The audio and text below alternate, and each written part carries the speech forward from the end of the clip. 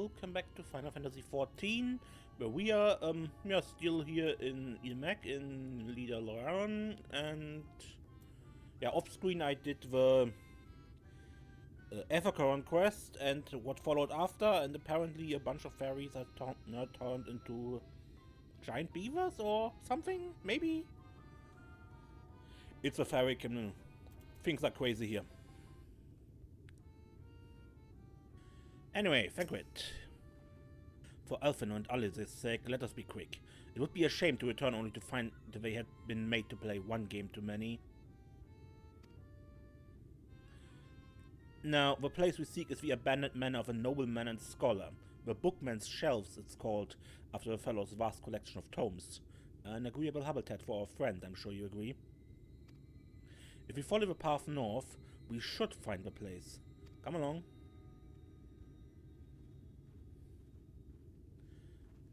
Good luck, you two.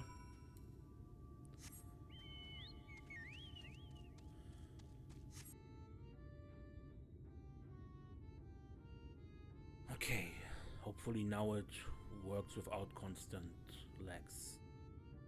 Better connection, all that.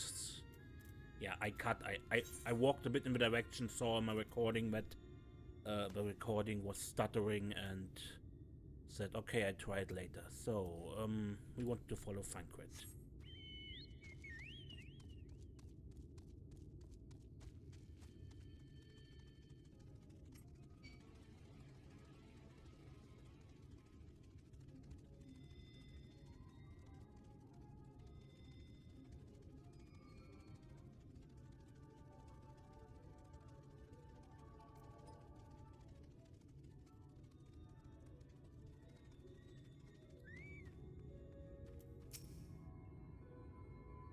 Been quite a while. I hope Urianger is well.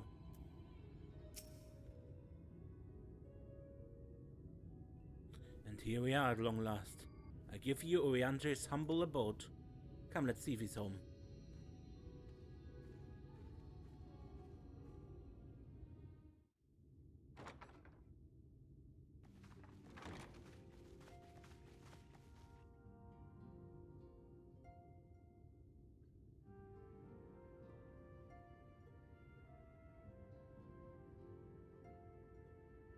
Urianger, are you in?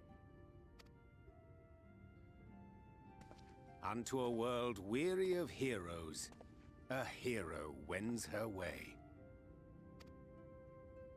The Exarch did send word that thou wouldst seek me out, but ne'er did I imagine thou wouldst arrive so soon.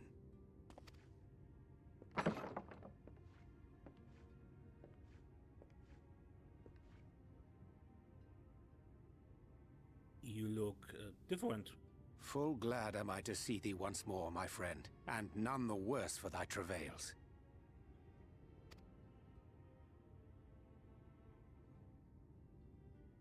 Run along, Minfilia. We will meet you outside. But... Another one for you to imbue, if you'd be so kind.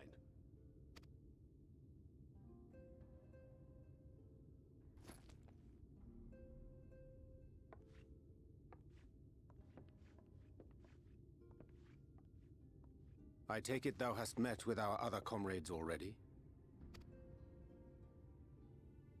Some of them.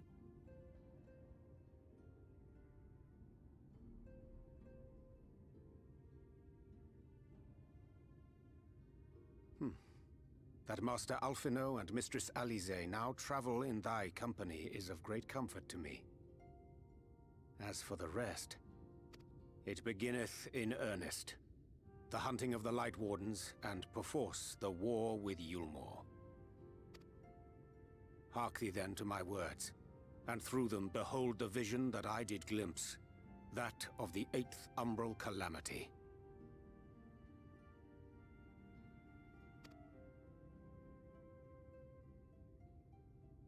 As I drifted hither to the first, traversing the boundary twixt reality and potentiality, I did bear witness to events yet to come.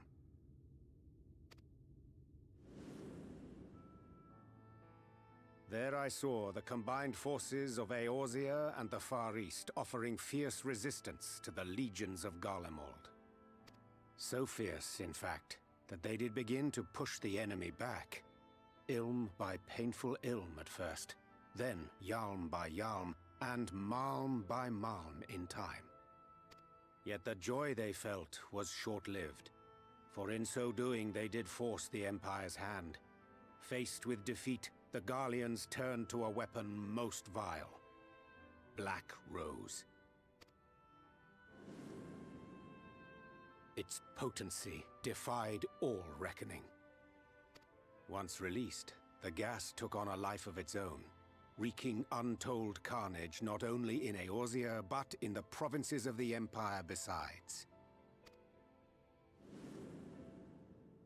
From fighters upon the front lines to babes in their beds, none were spared. And as the casualties became too numerous to count, so did the fabric of civilization begin to unravel.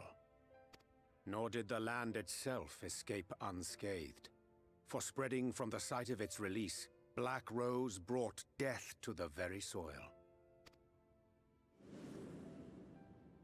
To survive amidst the chaos and upheaval, men came to live by the sword, the rule of law giving way, inevitably, to the rule of might. Thus was the spark struck and the fire kindled, and swiftly did it spread as a blaze in a field of straw to engulf every corner of the world. Nations worthy of the name did then cease to exist, and those souls brave and true who might have risen to restore order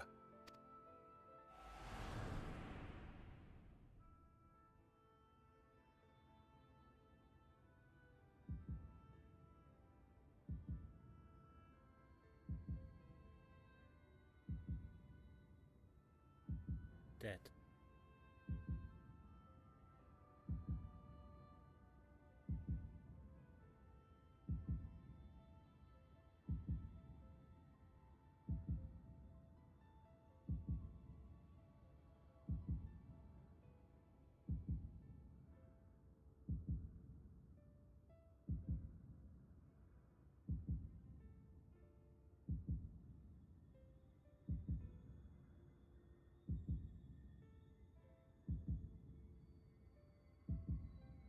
were no more.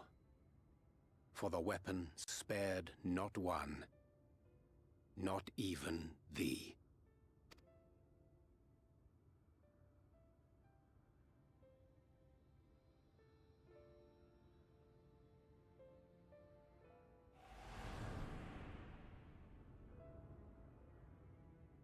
An endless age of war, begotten by the blight of Black Rose. Such is the legacy of the 8th umbral calamity which I did behold.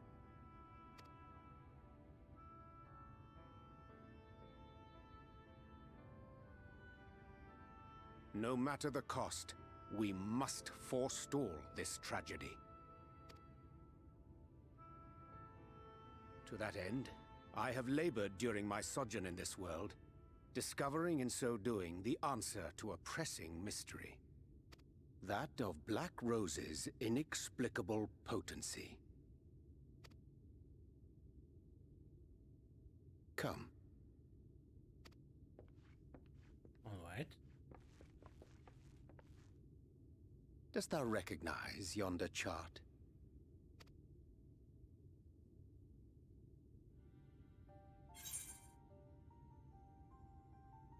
The chart of elements.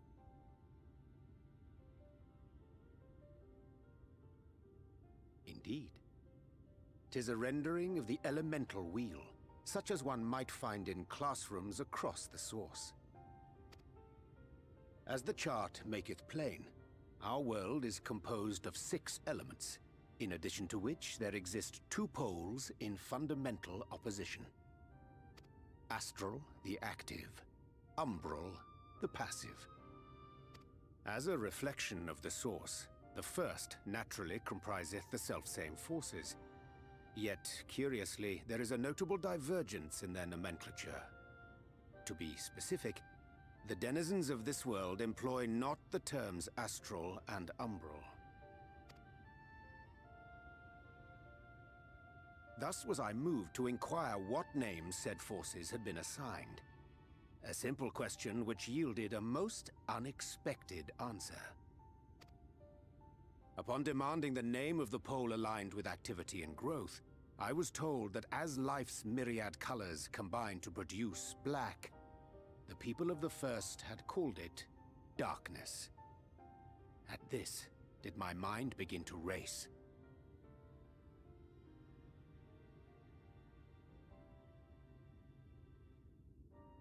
So the astral energies, which in our world is usually interpreted with light, is darkness. Yet 'twas only when I asked what name had been given to the pole aligned with passivity that mine eyes were opened to the truth. Peace and tranquility being as purest white, unmarred by color, I was told it had been given the name of light. That's umbral light and astral darkness, yes? I'm no etherologist, but it strikes me that the nomenclature of the First is rooted in the generation of the two forces, while our own appears to focus on their effects. Which makes one wonder, have we had it backwards all this time?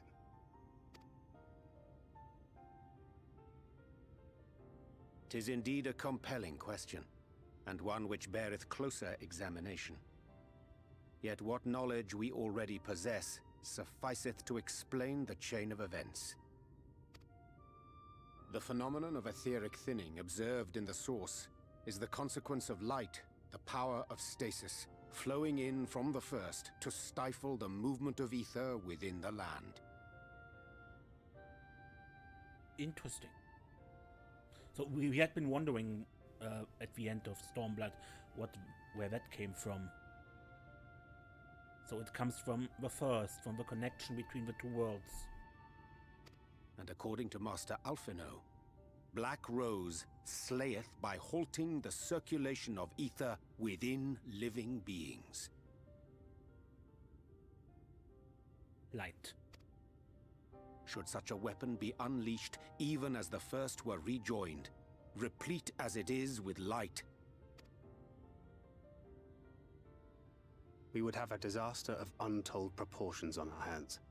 A calamity. Well, at least we have a better grasp of what we're facing. Our objective, however, remains unchanged. We are to eliminate the Light Warden of Il Mheg. Speaking of which, were you able to ascertain its whereabouts? Aye. 'Tis all but certainly ensconced within Urianger, the castle which standeth in the midst of the lake. To enter said stronghold, we must needs turn to the pixies for aid. Fortunately, I have become quite adept at courting their cooperation. Henceforth shall I accompany you, and do all in my power to ensure that my vision doth not come to pass.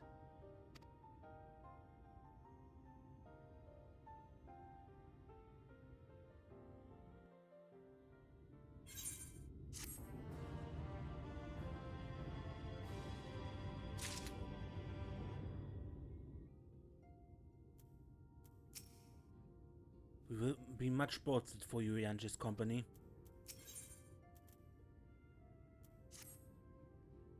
My friend, ere I speak of a task at hand, there's a question I would pose to thee. What thinkest thou of mine appearance? Did you take up astrology? Indeed, though the night be lost behind the shroud of blinding light, doubt not that the stars shine still. I have chosen to avail myself of her guidance, that I might navigate the sea of uncertainty that stretches before us. For a blessing, my prior studies of astrology did provide me with adequate grounding in the art. But enough of myself. Let us now speak of our task. As I did mention, if we are to enter Urianger, we must needs gain the Pixies' cooperation. This is a simple matter of presenting unto them a suitable gift. I shall procure a selection of viands that shall please their palates. Thancred, pray assist me in this endeavor.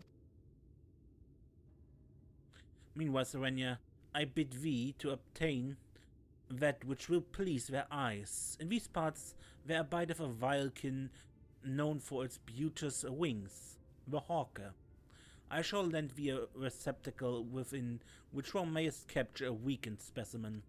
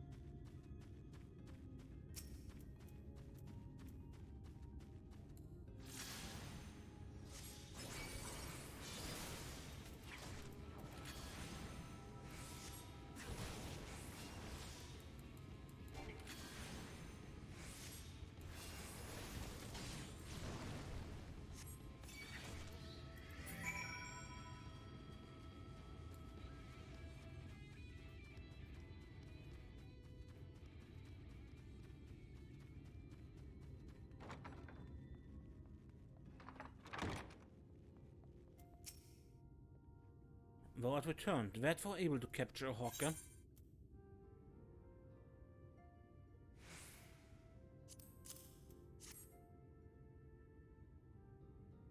Ah, a truly magnificent set of wings.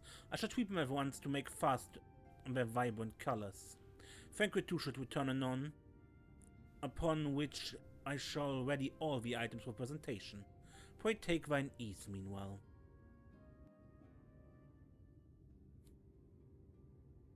And where did Minfilia go?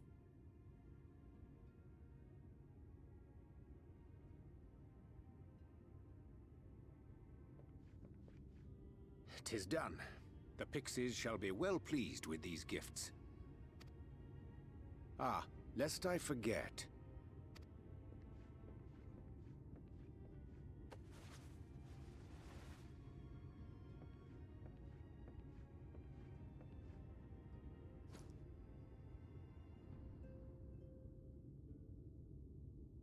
White auracite, newly forged for thy use. Our mission being to thwart a rejoining, we will most assuredly cross paths with those who crave the contrary, our eternal enemies. Thus did I choose to abide in this ether-rich land, the better to fashion a trap for the Ascian's essence.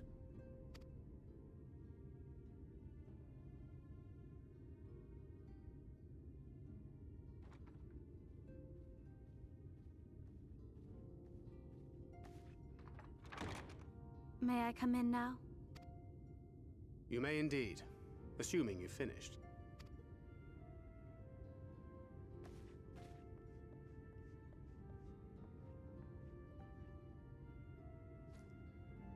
I did as you asked. That's my girl, thank you.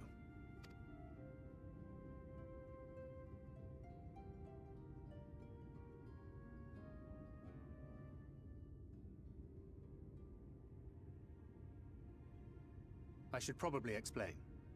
Though my body remained behind in the source, its limitations saw fit to accompany me. Which is to say, I cannot manipulate ether.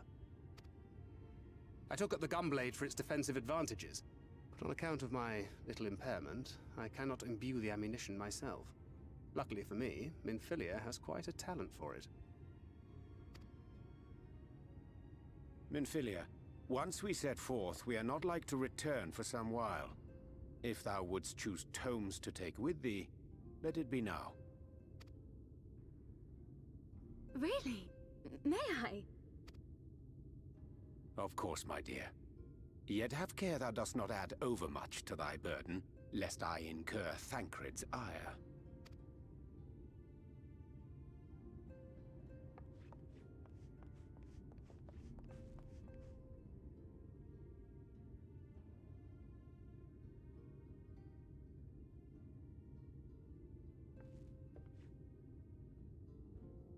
Hast thou spoken to her of thine encounter with the Minfilia of Eld?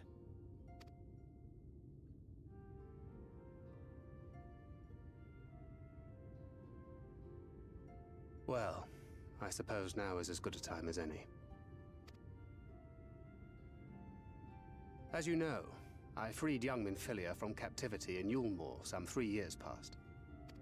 Not long after, the two of us journeyed to the south of Il Mheg, to the edge of the Empty, where the flood was halted. It was there that she awakened. The Minfilia of old. My Minfilia. Echo.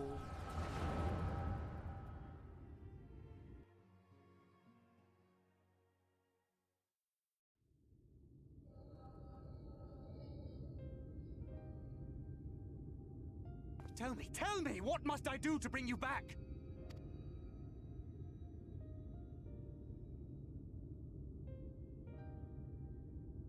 My dearest Thancred, as I am now, I am no different from an Ascian. This child is but a vessel.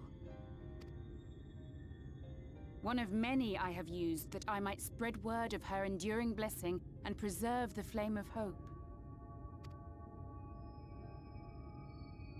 In my name, each has died, never having lived her own life.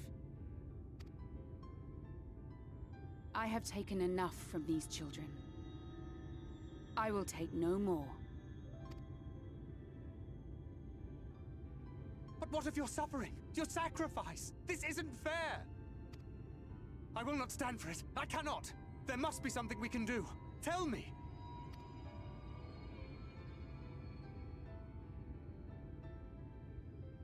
Should the day come when this child grows weary of fighting and wishes to cast it all aside, then shall I take up her burden. But should she wish instead to become the master of her own destiny, then shall I bequeath to her my all.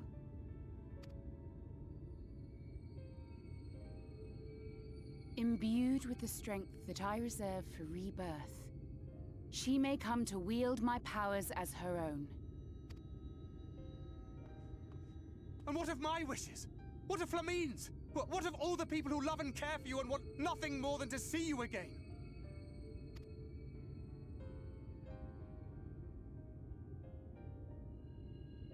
It is not their decision to make. It is hers. This child's. This Minfilia's.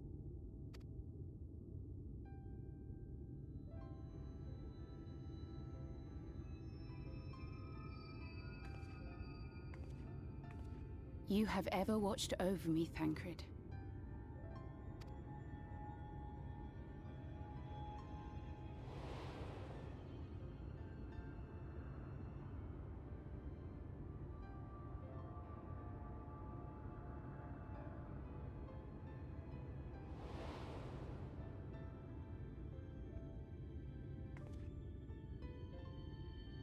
Now I ask that you do the same for her.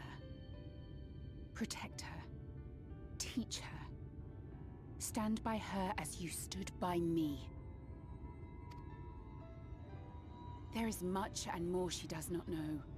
She needs a guide to show her the ways of the world, or she will never find her own path.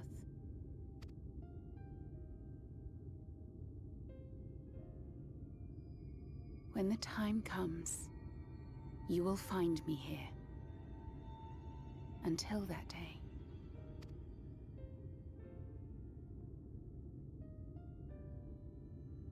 Minfilia, wait!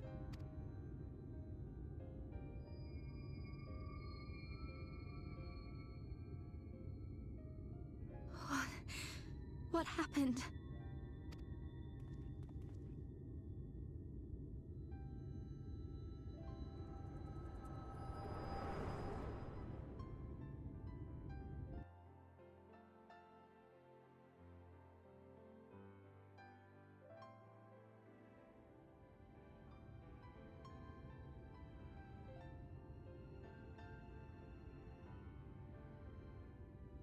And then she was gone.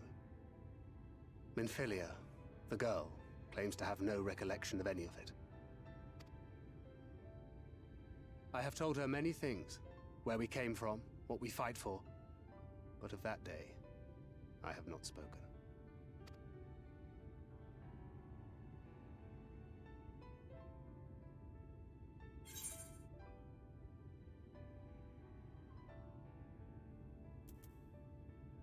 How do you want this to end?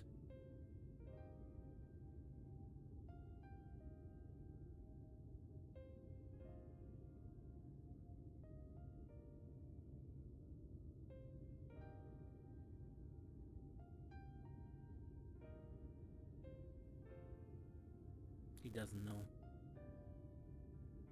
With the coming of another possessed of the blessing of light, the first hath begun to rise up in defiance of its fate.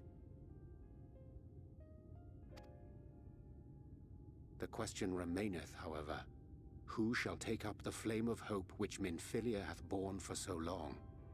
Whether we will it or no, the choice must soon be made.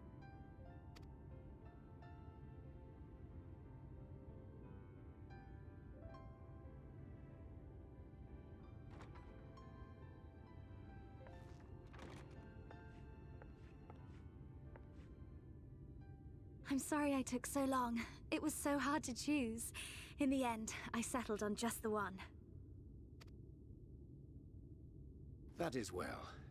Now, if all is in order, let us set forth for Leader Loran.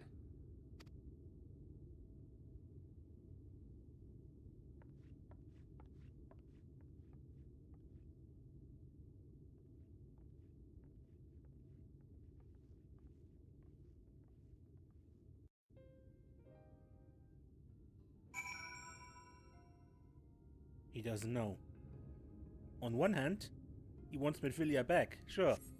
On the other, he also recognizes how cruel and unfair it would be to ask the young girl to give up her life and basically die for his Minfilia. And it would be a betrayal to both of them, I think. Minfilia does not want to be brought back at the sacrifice of another. But that's the only way she has. Sucks. It sucks.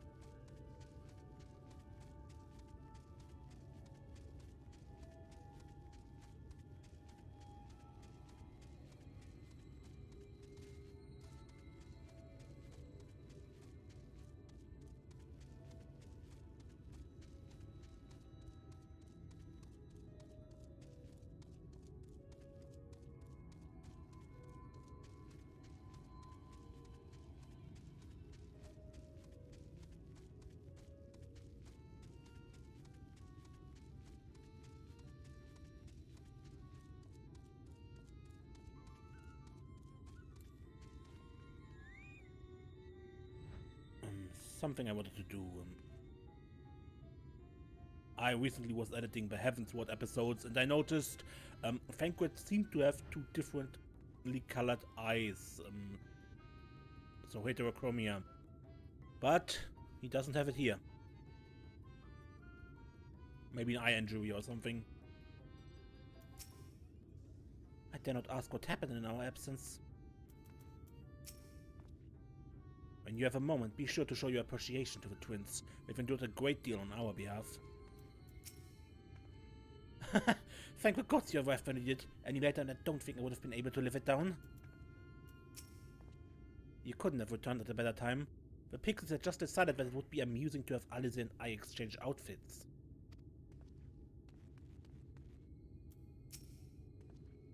As much as I should like to savor the reunion with Master Alphinaud and Mistress Alice, it must wait. I've taken the liberty of presenting our gifts unto the Pixies. Let us see how well they are received. We weren't expecting you all back so soon. We had scarce begun playing with the twins. That said, the gifts are truly wonderful. Let me tell you, the milk and honey and biscuits won't last a day, and the wings are the loveliest we've ever seen. You've done us a great kindness, and it's a fake custom to return the gesture. If you desire anything of us, we need but name it.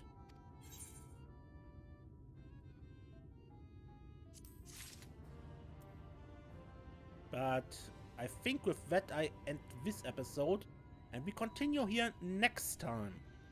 Until then, I am Mace, and don't get lost.